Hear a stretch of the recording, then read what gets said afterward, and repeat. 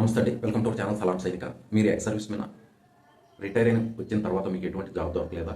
తప్పనిసరి పరిస్థితుల్లో private agency దగ్గర మీరు జాయిన్ అవ్వాలనుకుంటున్నారా? అయితే ముందు ఈ నిబంధనలు డైరెక్టరేట్ జనరల్ రీసెటిల్మెంట్ నుండి రిలీజ్ అయిన ఈ నిబంధనలు తప్పకుండా మీకు తెలిసి ఉండాలి.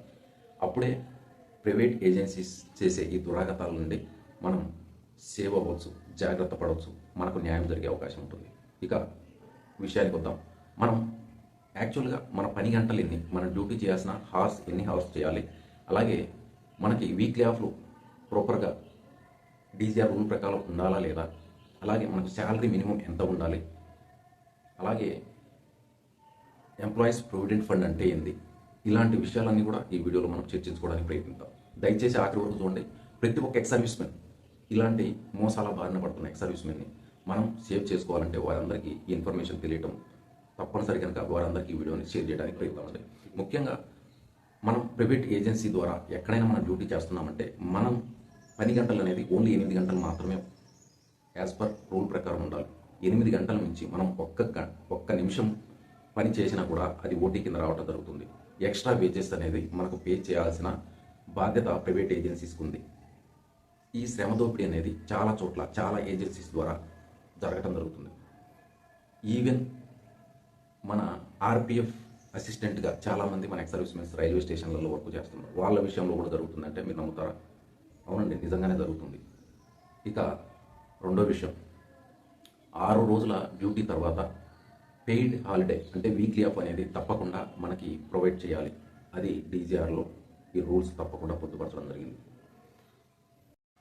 ఇక ఇప్పుడు శాలరీ విషయం చూద్దాం. శాలరీ క్లాస్ 1 సిటీస్ ఏవైతే హైదరాబాద్, అలాగే చెన్నై, ముంబై ఇలాంటి సిటీస్ ఏవైతే ఉన్నాయో ఇలాంటి సిటీస్లో ప్రైవేట్ ఏజెన్సీ ద్వారా అంటే డీజీఆర్ గైడ్ ప్రకారం 27 నుంచి 29,000 మినిమం శాలరీ ఇవ్వవలసి ఉంటుంది. అలాగే క్లాస్ బి సిటీస్ని అంటే మిడిల్ క్లాస్ సిటీస్ ఏవైతే ఉంటాయో ఇలాంటి చోట 23 నుంచి 25,000 మినిమం శాలరీ ఇవ్వాలి. అలాగే లాస్ట్ విలేజ్ లేదా టౌన్ లాంటి ప్లేస్లో మనం వర్క్ చేస్తున్నామంటే మినిమం శాలరీ 17 to 21,000 వరకు శాలరీ ఇవ్వవలసి ఉంటుంది.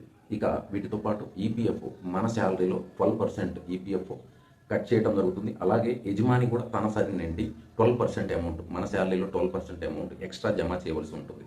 ఈ రూల్ మీకు తెలిస్తే కమెంట్లో చెప్పండి. అలాగే ఈపీఎఫ్కి సంబంధించి క్లియర్ డీటెయిల్స్ నేను ఒక వీడియోలో ఎక్స్ప్లెయిన్ చేయడం జరిగింది. ఆ వీడియో యొక్క లింక్ నేను డిస్క్రిప్షన్లో ఇస్తాను. అసలు ఈపీఎఫ్ఓ అంటే ఏంటి, అది మనం ఎలా ఎంతెంత అమౌంట్ మనకు శాలరీలో నుంచి కట్ అవుతుంది, ఏ సమయంలో మనం ఆ అమౌంట్ని తీసుకోవచ్చు, ఎలా మనం వాటిని చెక్ చేసుకోవచ్చు ఎప్పటికప్పుడు, ఈ డీటెయిల్స్ అన్నీ కూడా మనం ఆ వీడియోలో చర్చించుకోవడం జరిగింది. అక్కడ మీరు ఆ వీడియోని చూసి అర్థం చేసుకోవచ్చు. ఇక నెక్స్ట్ క్లాస్ 1 సిటీస్కి సంబంధించి ఏజెన్సీ తరఫున హెచ్ఆర్ఏ కూడా ప్రొవైడ్ చేసే అవకాశం ఉంది. అలాగే ఇయర్లీ 8.5% బోనస్ కూడా ఇవ్వాలి. ఇలా కొన్ని నిబంధనలు ఉన్నాయి. ఇవన్నీ కూడా మనకు తెలియాల్సిన అవసరం ఎంతైనా ఉంది. ఇక మెయిన్గా డీజీఆర్ ద్వారా రిలీజ్ చేయబడిన ఈ రూల్స్ ఏవైతే ఉన్నాయో ఇవండి. అయితే ఇక్కడ కొంతమంది ప్రైవేట్ ఏజెన్సీ కొన్ని అరాచకాలు చేయడం జరుగుతుంది. శ్రమ దోపిడీ అనేది చెప్పాలండి. ఇది కొన్ని చోట్ల 12 గంటలు 10 గంటలు డ్యూటీ చేయించుకోవడం జరుగుతుంది. ఇది చాలా దారుణం. ఒక సోల్జర్ చాలా చిన్న వయసులో దేశం యొక్క బాధ్యతని భుజాలపై తీసుకొని దేశ సరిహద్దుల్లో పహారా కాస్తూ దేశ రక్షణే ప్రథమ ధ్యేయంగా తన ఫ్యామిలీని ఎక్కడో విలేజ్లో వదిలేసి తన బోర్డర్లో పహారా కాస్తుంటాడు. అలాంటి వ్యక్తి 20 సంవత్సరాల తర్వాత రిటైర్ అయ్యి ఇంటికి వస్తే ఎంతో ఆశతో తన పిల్లలతో పాటు ఉండవచ్చు, ఏదో ఒక పని చేసుకునే వచ్చిన ఆ వ్యక్తికి ఇంత శ్రమ దోపిడీ చేయడం అనేది చాలా దారుణం. ముఖ్యంగా మనకి terms and conditions, rules and regulations తెలిసి ఉంటేనే మనం ఇలాంటి వ్యక్తుల నుండి చాలా జాగ్రత్త పడే అవకాశం ఉంటుంది. సో ఏవైనా కంప్లైంట్స్ ఉన్నాయంటే ముఖ్యంగా ఈ విధంగా పని గంటలు అనేది ఎక్కువగా చేయించుకోవటం, అదే శాలరీ ఇవ్వటం. రెండో విషయం, కొన్ని ఏజెన్సీస్ ఇయర్లీ రెన్యువల్ బేస్ మీద సెక్యూరిటీగా ఎక్స్ సర్వీస్మెన్ తీసుకోవటం, మరలా రెన్యువల్ చేయాలంటే 1 month శాలరీ కమిషన్గా అడగటం, ఇలాంటి విషయాలు చాలా దారుణమైన విషయాలండి. దయచేసి ఇలాంటి సిచ్యువేషన్ ఎవరికైనా వచ్చింది, ఎవరైనా ఫేస్ చేస్తున్నారంటే ఇక్కడ స్క్రీన్పై చూస్తున్న డైరెక్టరేట్ జనరల్ రీసెటిల్మెంట్ న్యూఢిల్లీకి సంబంధించి phone number, email ID, website, అలాగే సిపి గ్రామ్ కంప్లైంట్ మనం సెండ్ చేయాలనుకుంటే దానికి సంబంధించిన డీటెయిల్స్ అన్నీ కూడా నేను ఇక్కడ ప్రొవైడ్ చేస్తున్నాను. దయచేసి ఎవరు కూడా నెగ్లెక్ట్ చేయొద్దు. ఈ శ్రమ దోపిడీ నుంచి మనం బయటపడాలి అంటే మనమంతా ఒక తాటిపై ఉండి కలిసికట్టుగా ఇలాంటి వారిని మనం అవాయిడ్ చేయాలి. ఇలాంటి వారి నుండి బయటపడాలి అంటే తప్పకుండా మనం కంప్లైంట్ అనేది చేయాలి. అప్పుడే వీళ్ళు ఒక దారికి వస్తారని అర్థం చేసుకోండి.